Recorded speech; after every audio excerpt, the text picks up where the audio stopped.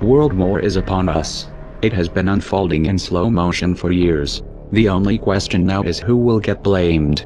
Humans tend to view each stage of history in isolation. As a result, they rarely see the chain reactions that build over decades, until a flashpoint catches their attention.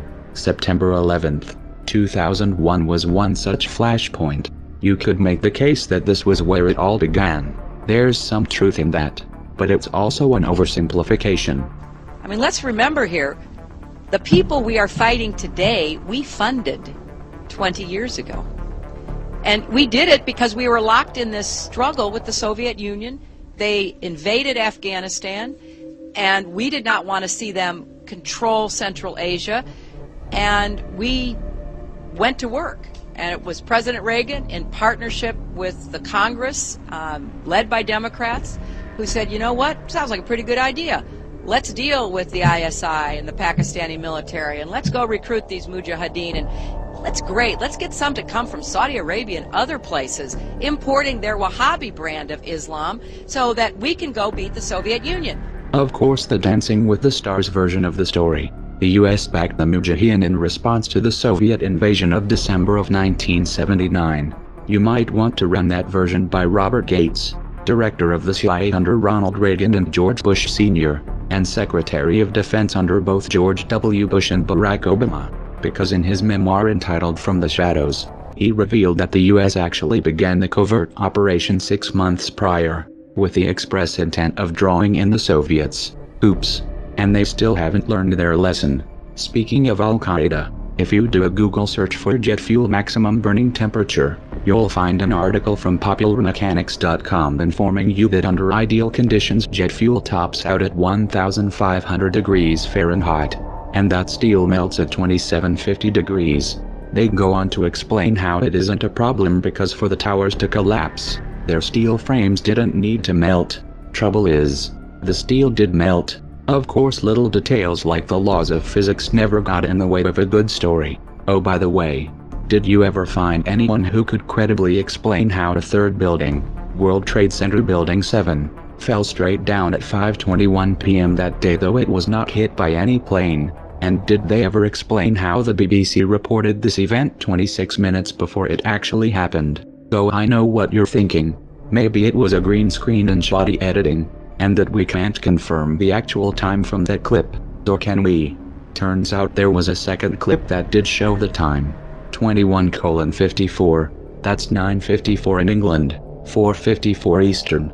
26 minutes before the building actually fell, but I digress. The invasions of Iraq and Afghanistan were not motivated by the fall of the Twin Towers, nor was the evisceration of your rights and privacy that followed. To say 9/11 was a pretext would be putting it lightly. About 10 days after 9/11, I went through the Pentagon and I saw Secretary Rumsfeld and Deputy Secretary Wolfowitz. I went downstairs just to say hello to some of the people on the Joint Staff who used to work for me, and one of the generals called me in. He said, "Sir, you got to come in and talk to me a second." I said, "Well, you're too busy." He said, No. He says, "We've made the decision. We're going to war with Iraq." This was on or about the 20th of September. I said, "We're going to war with Iraq. Why?"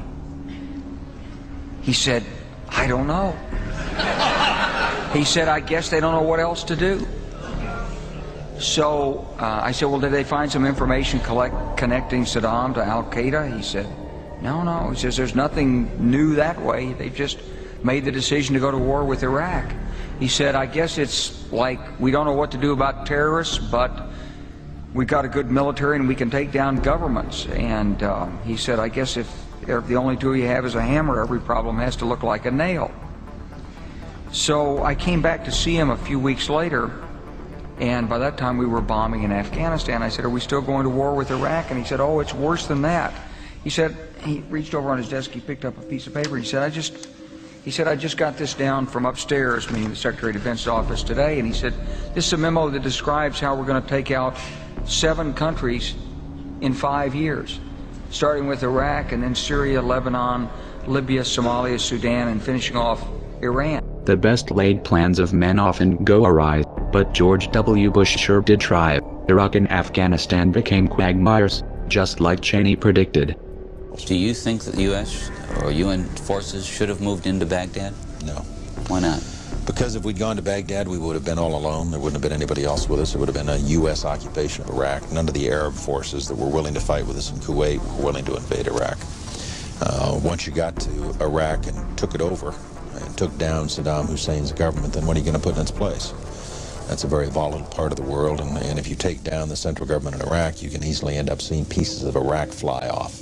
Part of it the Syrians would like to have to the west.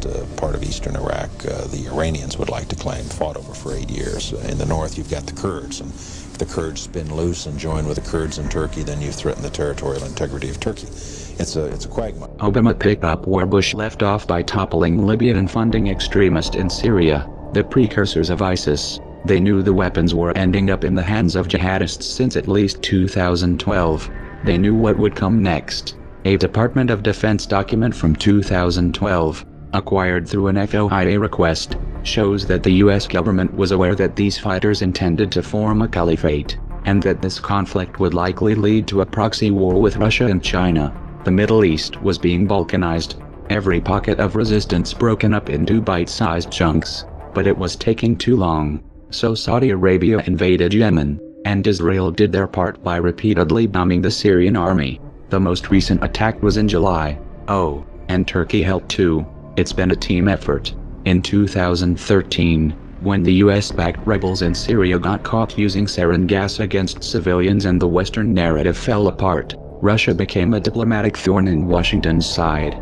So like a true gambler who doesn't know when to walk away, Obama doubled down by backing the coup in Ukraine, installing a puppet government with extensive ties to the US State Department, bankrolling their ethnic cleansing campaign in the East and blaming the entire mess on Vladimir Putin. All we hear is Russian aggression, Russian aggression, Russian aggression, but reducing Iraq, Afghanistan, Libya and Syria to rubble is about spreading democracy, but accepting the results of a peaceful referendum in Crimea, well, that's just beyond the pale. The war on the Ukrainian front continued through 2014 and into 2015. Somewhere along the way, the preparations for an open conflict between the US, Russia and China were normalized and brought from the shadows. Open threats were leveled in full view. Coverage was predictably one-sided. We've been through this before.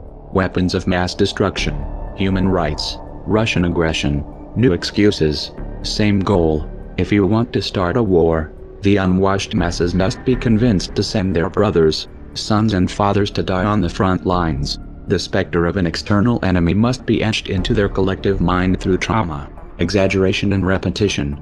History must be whitewashed, twisted and cherry-picked down to a politicized nursery rhyme.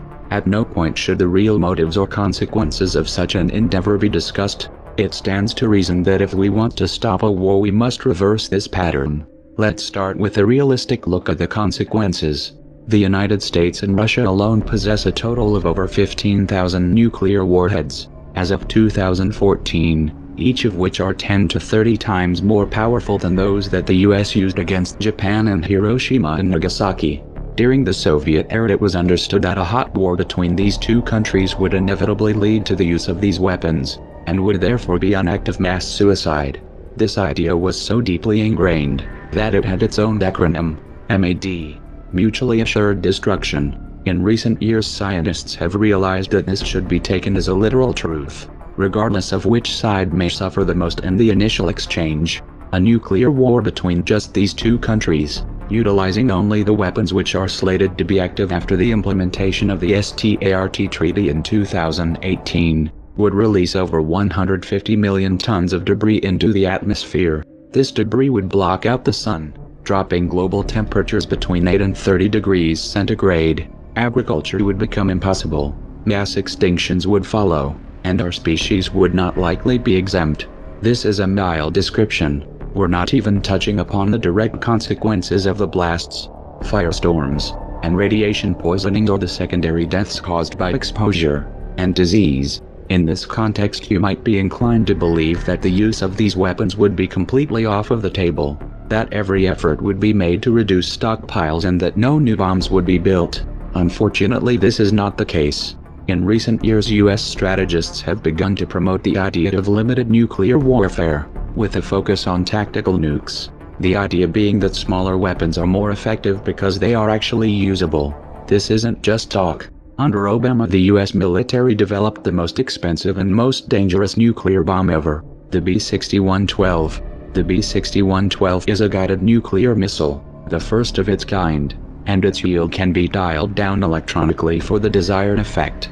This capability has been promoted by the CFR as a means of preemptively destroying China's hardened missile silos.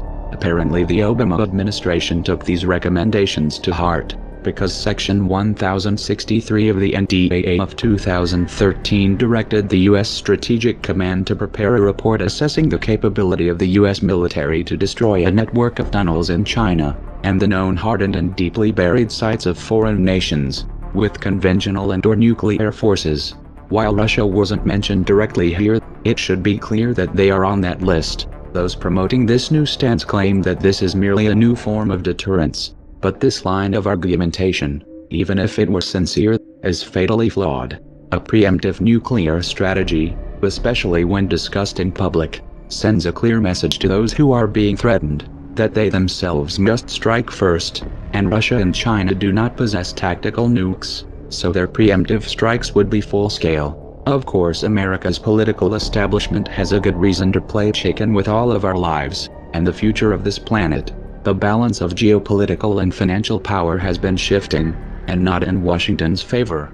China's new Silk Road project, Asian Infrastructure Investment Bank, and outposts in the South China Sea, in tandem with the Eurasian Union spearheaded by Russia, are edging the United States out of the world's new center of gravity.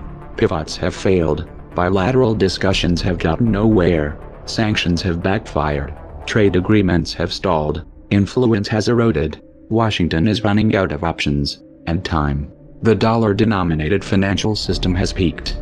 This is the end of a debt supercycle, and of the petrodollar. The next leg down is going to be epic.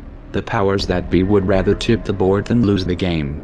They'd rather take us to war than to take the blame. And if you let them get away with it, that's just the beginning.